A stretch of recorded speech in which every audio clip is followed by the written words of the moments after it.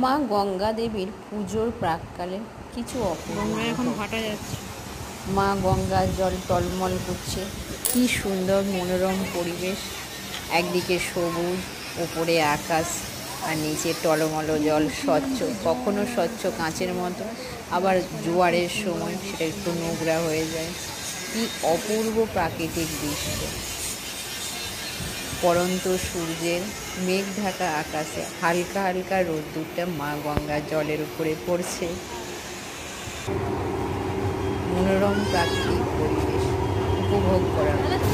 একটা প্রান্ত থেকে আমরা আরেকটা প্রান্তে গন্তব্য করছি।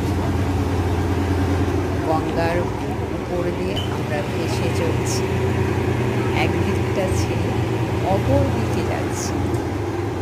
মনোরম প্রাকৃতিক পরিবেশে মন ভরে যায়।